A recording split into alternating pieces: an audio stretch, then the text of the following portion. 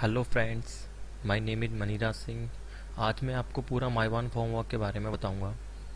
माइवान formwork क्या है, कहाँ सूटेबल है, कैसे क्वालिटी आएगा।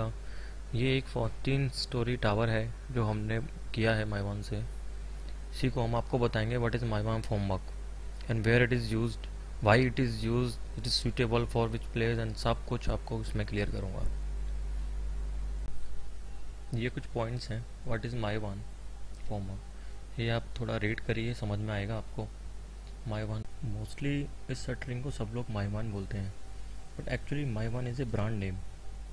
This shuttering is called S form. S means slip, form means formwork. That mean it is slip from one floor to the another floor. उसके बाद next आता है हमारा व्हेन इट इज़ सूटेबल। ये आप कुछ points read करेंगे आपको समझ में आ जाएगा। It is use for, it is suitable for typical floor, high quality और कॉलमलेस स्ट्रक्चर। यहाँ पे सेकंड लास्ट पॉइंट दिया गया है कॉलमलेस स्ट्रक्चर। एक्चुअली इसमें क्या होता है, जो शेयर वॉल हम डिज़ाइन करते हैं उसी के अंदर कॉलम इनबिल्ट होता है। सपोज शेयर वॉल का पूरा रेनफोर्समेंट 10 डाया का है, तो जहाँ पे कॉलम होगा वहाँ 16 डाया, अनदर डाया। तो कॉलम तो होता है बट इनबिल्ट शेयर वॉल होता है। इसके बाद इसके कुछ क्वालिटी एडवांटेजेस हैं, वो हम देख लीजिए, एक बार समझ में आ जाएगा। कॉस्ट इफेक्टिव तो मेन पॉइंट है ही, हाई क्वालिटी फिनिश, काफ़ी सारे पॉइंट्स हैं। अपडेट करिए, आपको समझ में आ जाएगा। बाकी मैं आपको आगे वीडियो में सब बताऊंगा, क्वालिटी भी दिखाऊंगा, वीडियोस भी दिखाऊंगा, हाउ कैन यूज़ माइवान शटरिंग, कैसे यूज़ कर रहे हैं, क्या क्या प्रिकॉशंस हमको लेने चाहिए यूज़ करते टाइम, सब मैं आपको अभी दिखाऊंगा। ये कुछ एसेसरीज़ हैं जो माइवान शटरिंग में यूज़ होती हैं। आप एक बार नेम रीड कर लीजिए जिससे आपको समझने में थोड़ी आसानी होगी। ये बीम कंपोनेंट्स हैं सारे, प्रॉप हेड हुआ, बीम साइड पैनल हुआ, बीम सॉफिट पैनल हुआ। ये डेक कंपोनेंट्स हैं, प्रॉप लेंथ, ये सब जो डेक में यूज़ होते हैं स्लैब बॉटम में, वो है सॉफिट लेंथ है। बाकी वॉल कंपोनेंट जो शेयर वॉल में कंपोनेंट यूज़ करते हैं, ये वो सारे कंपोनेंट हैं। जैसे वॉल पैनल है, रॉकर है, किकर है। किकर इसमें मेन है। किकर का यूज़ क्या है वो मैं आपको बताऊंगा। Without kicker it is very typical. Starting में मैंने एक हाई राइज बिल्डिंग के पिक्स अपलोड किए हैं। एक्चुअली वो कंप्लीट हो चुकी है बिल्डिंग। ये एक और बिल्डिंग है जिसमें अभी हम एक फ्लोर माइवान से कर रहे हैं। फर्स्ट फ्लोर हो चुका है, उसके आगे कैसे किकर यूज़ करेंगे, कहाँ पे जैक यूज़ करेंगे, कैसे प्रॉप यूज़ करना है, वो सब मैं आपको इसमें दिखाऊंगा। वीडियो से आपको सब समझ में आएगा।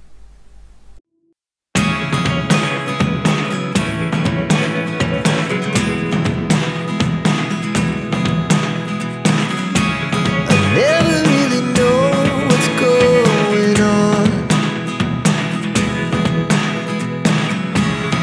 Look at me sometimes like all you want to do is run.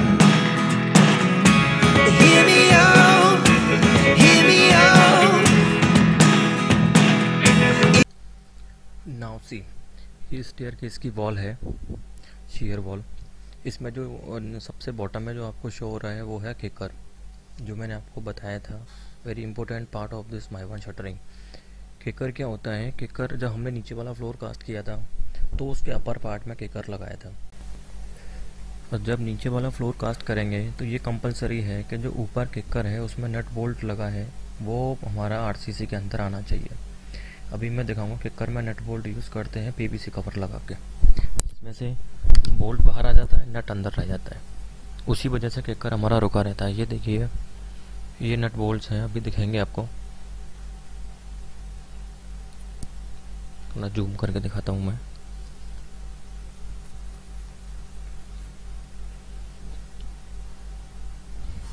ये है वो नट बोल्ट जो किकर में लगे हुए हैं। हमने जो फर्स्ट फ्लोर डाला है उसमें ये कास्ट हो चुके हैं। इसके बाद प्लेट्स खुल जाएंगी सारी, उसके बाद इसी के ऊपर नेक्स्ट स्लिप होके इसी फ्लोर पे ऊपर इसी किकर में फिट होंगी। ये यूज़ है इस किकर का। ये देखिए, ये जो स्क्वायर एंगल लगा है पूरी शेयर वॉल में थ्रू आउट, ये होता है हमारा वॉल अलाइनमेंट के लिए। जब पूरा मास कंक्रीट वॉल में आएगा तो कोई भी प्लेट अपनी लोकेशन से मिसमैच ना हो, इसलिए हम इस एंगल को लगाते हैं ताकि हमारी पूरी जो शेयर वॉल है एक लाइन में रहे, एक लाइनमेंट में रहे, अपनी लोकेशन से, अपने लेआउट से इधर उधर ना जाए। उसके बाद ऊपर आपको स्लैब बॉटम में दिख रहा है कटआउट। ये मैं जूम करता हूँ, ये देखिए, यही वो कटआउट है जो हम हर स्लैब में छोड़ते हैं। ये कटआउट इसलिए छोड़ते हैं क्योंकि हमारी जो शटरिंग है वो एस फॉर्म शटरिंग है, स्लिप फॉर्म। नीचे वाली प्लेट सारी स्लिप होकर ऊपर जाएंगी। इस कटआउट के थ्रू ही हमारा सारा मटेरियल नीचे वाले फ्लोर से ऊपर वाले फ्लोर पे जाएगा। ये देखिए, जिस तरीके से वॉल अलाइनमेंट के लिए वॉल में एंगल लगाते हैं, उसी तरीके से एक जो डोर होता है उस पर एक स्पेसर लगाया जाता है। ये सपोज हमारा डोर 900 mm का है, तो ये स्पेसर फिक्स 900 mm का से लगाया जाएगा, ताकि कंक्रीट के बाद अपना डोर अपनी लोकेशन पर रहे, डोर की स्पेसिंग कम ना हो, फिक्स रहे। This is the spacer.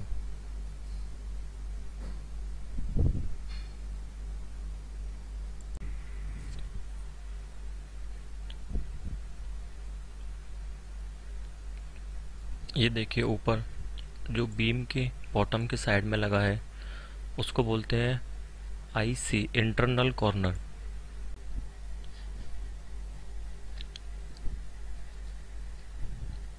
ये हमारा प्रॉप, जहाँ पे प्रॉप जिस पैनल पे लगा रहता है उसे कहते हैं डैक प्रॉप। उस सेक्शन को, ये सेक्शन आपको दिखाई दे रहा होगा, जूम करता हूँ, जिस सेक्शन में प्रॉप लगा हुआ है it is called deck prop. ये देखिए, RCC कंप्लीट होने के बाद जो वर्टिकल फॉर्मवर्क पैनल्स हैं उनको हम लोग 24 आवर्स बाद रिमूव कर सकते हैं।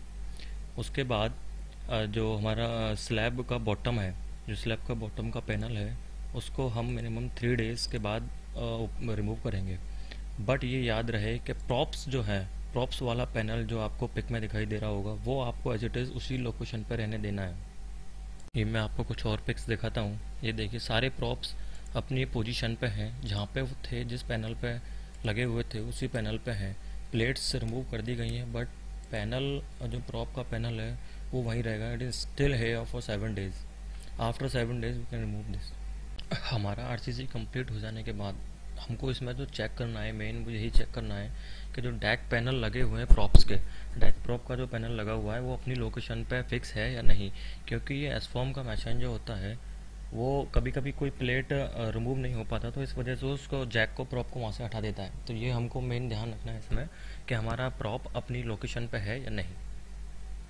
ये देखिए, ये गलती करते हैं मैसन्स। जहाँ पे ये प्रॉप पैनल लगा हुआ था वहाँ से उसने रिमूव किया है। इससे पता चलता है कि ये पैनल, ये प्रॉप यहाँ से रिमूव करके फिर से लगाया गया है। इन्हीं चीज़ों का ध्यान देना है हमको इस एस फॉर्म शटरिंग में। ये देखिए, सारी प्लेट्स और पैनल एक दूसरे से इंटरकनेक्ट हैं by the help of this pin पत्ती। It is also known as pin और stub. Other name, the system is known as wedge system, pin and wedge system. जहाँ पे भी पिन हमारी लूज होगी, पत्ती लूज होगी, वहीं से RCC आने का खतरा रहता है। इसलिए मेन चेकिंग का ध्यान यही रखना है कि सारी पिन पत्ती मैसन्स ने लगाया है कि नहीं। ये देखिए, प्लेट से जो बाहर निकला हुआ है एक पत्ती, उसको बोलते हैं टाई पत्ती। इसके बीच में हम एक स्पेसर यूज़ करते हैं PVC का, वो रिमूवेबल होता है। उसको ग्रीस लगा के इसमें यूज़ करते हैं ताकि RCC डलने के बाद वो इजीली बाहर आ सके और उसे फिर से यूज़ किया जा सके।